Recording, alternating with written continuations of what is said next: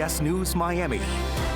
Good afternoon, and thank you for joining us. I'm Najahe Sherman, and welcome to CBS News Miami's 4 p.m. Quickcast.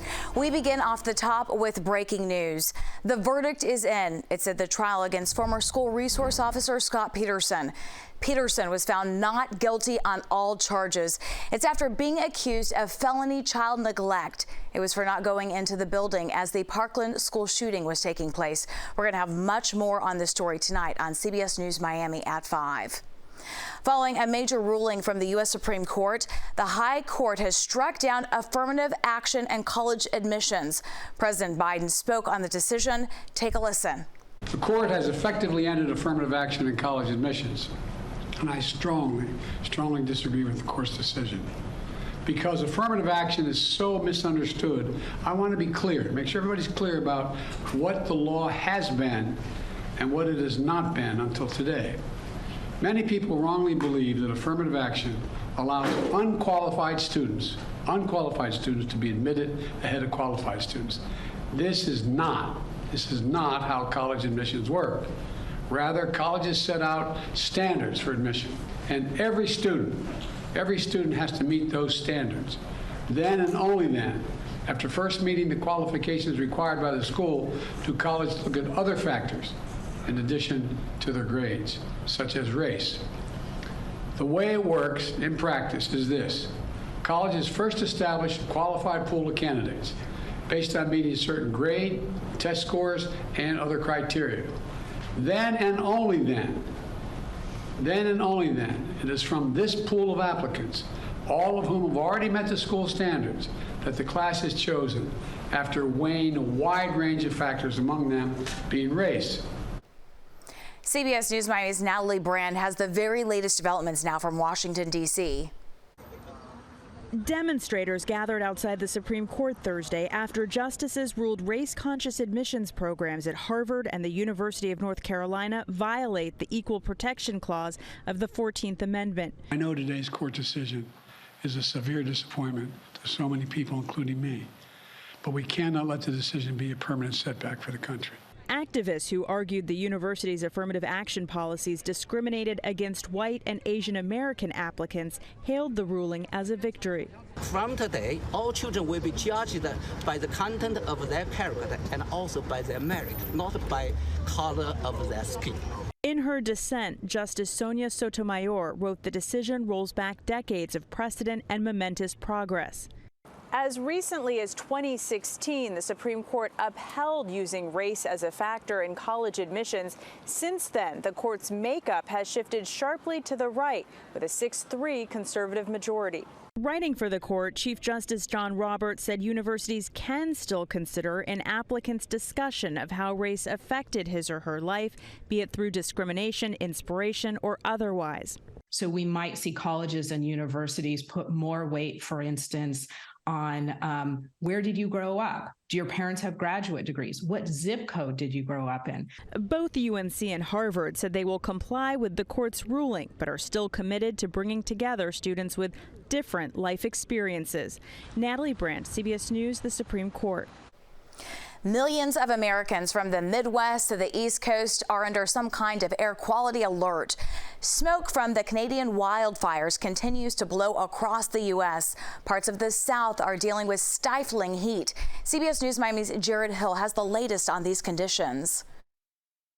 From Cleveland to Pittsburgh, Chicago, and Detroit. It's just a cloud of smoke over the entire city. More than 100 million Americans are under some kind of air quality alert as smoke from those massive Canadian wildfires continues to blow into the U.S. So bad in Detroit Wednesday, the EPA warned everyone should stay indoors. My eyes have been watering, my throat has been sore, I've been coughing. All that smoke is expected to sit over the East Coast today, including here in New York, where the real concern will be for those with sensitive issues like asthma, young kids, as well as older adults. We got a special delivery for you today. Further south, free fans are going out in Smith County, Texas. Parts of the state have been hotter than 100 degrees for 14 days straight. The heat has been blamed for more than a dozen deaths there so far. We don't usually have this much humidity and have heat indexes this high. In Houston, the extreme temperatures have even caused roads to buckle. Meanwhile, in the West, the battle is on against wildfires. Despite progress on the Diamond Fire near Scottsdale, Arizona, officials say it's already burned through about 2,500 acres since it began Tuesday afternoon. Jared Hill, CBS News. Always alerting, always tracking. This is Next Weather. And taking a live look outside, we are tracking record heat again today. Our only relief is from the rain. Next Weather meteorologist Cindy Pressler has the breakdown. And we've had plenty of rain, Najahe. As a matter of fact, too much rain in the Aventura and Miami Shores area this afternoon. We still have a flood advisory in effect, and that's going to run until 5 o'clock. But you can see that this is where the storms have really kind of gotten stuck this afternoon. That sea breeze came in, and then these storms just continue to regenerate around that. Now, just in the last half hour or so, they're starting to weaken and move out into the coast now, off the coast into the water. That's where the strongest storms are. But right along Biscayne, that's a very favorite area that gets a lot of flooding. Just talked to my husband on the phone. He's been driving on Biscayne. He said it's not too bad. So this rain is now starting to back off, and that certainly is good news. But this flood advisory continues until 5 o'clock this afternoon. It does include Pembroke Park. It includes Hallandale Beach just to the west of Hallandale, right along I-95, Miami Gardens, Miramar, and Hard Rock Stadium. As much as 1 to 3 inches of rain has already fallen, so that's why this is the area that we're going to watch. That flow has now moved off into the western areas, so we still have some showers and storms that are developing along that boundary, and our temperature now is down to 83 degrees. But look at the difference here. This is the spots that have not had any rain. It feels like it's 90 degrees, but we hit 94 this afternoon, and that ties the record high for the date.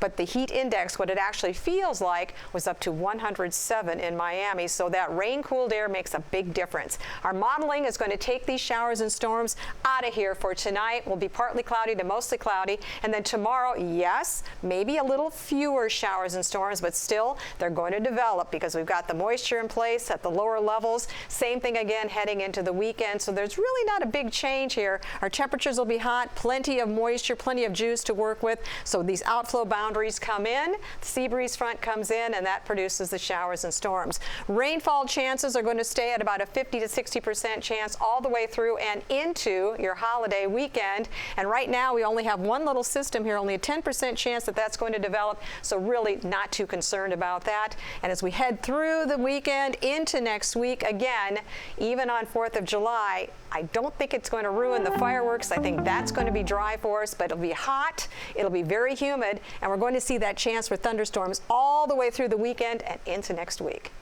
All right, it is hot out there. Thank you, Cindy.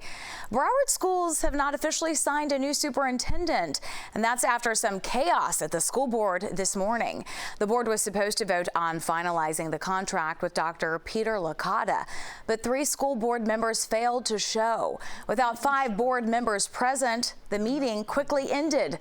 The interim superintendent will remain in place for the time being. She says they are trying to schedule another board meeting to vote on the terms of the contract. Stay with us. A lot more news when we come back. Welcome back to CBS News Miami's 4 p.m. Quickcast. We are working to learn the identity of a suspect who led police on a chase. It ended with a crash in Pinecrest. Officers say as they were trying to make an arrest as part of a narcotics investigation, the suspect took off.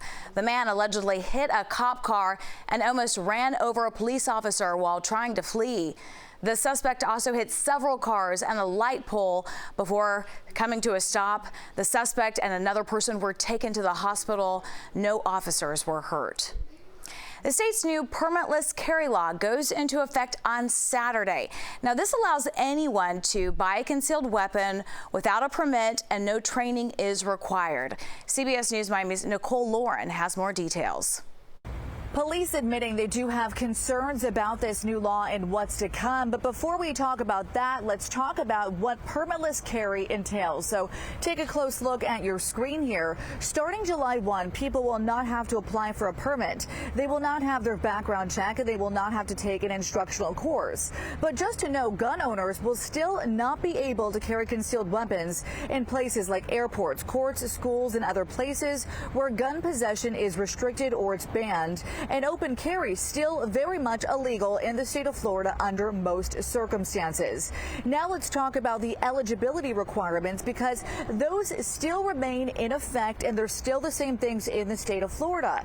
Some of those include being 21 years of age, a legal U.S. citizen, a permanent Florida resident. You cannot be an unlawful user or addicted to controlled substances, and you cannot have a disqualifying condition. Those are things like a felony charge, a misdemeanor charge, or an injunction. Now, we spoke with the director of the Miami-Dade Police Department, Freddie Ramirez, who says there are, of course, a lot of concerns when it comes to this new law. We always assume in any situation the potential there being a firearm, but now this adds that extra component. There's a component of education. There could be misunderstandings between the community and law enforcement when responding to calls for service in terms of the role of that firearm in certain situations. That's why education is key for both law enforcement and the community with this new law. And Chief of Police for the city of Doral, Edwin Lopez, also very much agreeing with Director Ramirez and noting this will change the way police now interact and engage with people in the community. He says they will place a bigger emphasis on interpersonal training and de-escalation techniques. A regular traffic dispute or a road rage incident or a dispute at a park, playing a basketball game or whatnot, now potentially can elevate into something a lot more egregious and serious because folks may be armed already. So as law enforcement officers responding to these types of calls for service or incidents, we need to be extremely aware and use precaution, because we know that a situation may escalate really rapidly. And it seems like there is a common message between Director Ramirez and Chief Lopez, both stressing the importance of education as well as training. In Doral, Nicole Lawrence, CBS News, Miami. Time for an all-new edition of Miami Proud. Today, we introduce you to an attorney, but he didn't get our attention because of his legal expertise. He has volunteered for 7 years at Miami-Dade Animal Services. CBS News Miami's Peter Miranda has the story. What a guy, what a guy. Once I started volunteering, it was just a fish caught in a hook. I mean, I just love coming here and being with the dogs, spending time with them, just taking them out for walks. Give them a few minutes each day of just a little enjoyment outdoors. We encourage everybody to adopt. There's some fantastic dogs here.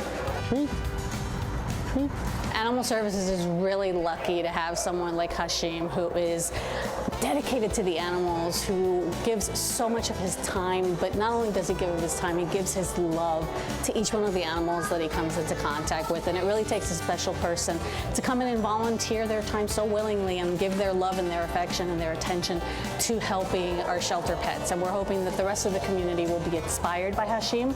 Look over there. Really spending time with the animals is the best reward I could ask for. You can see for yourself how loving they are. They just make me so happy. And they make me go back and hug my own dog even more, just because of how much love I'm filled with for these creatures. That is terrific. That's your Quickcast. I'm Najahe Sherman. Stay tuned for more news right here on CBS News Miami.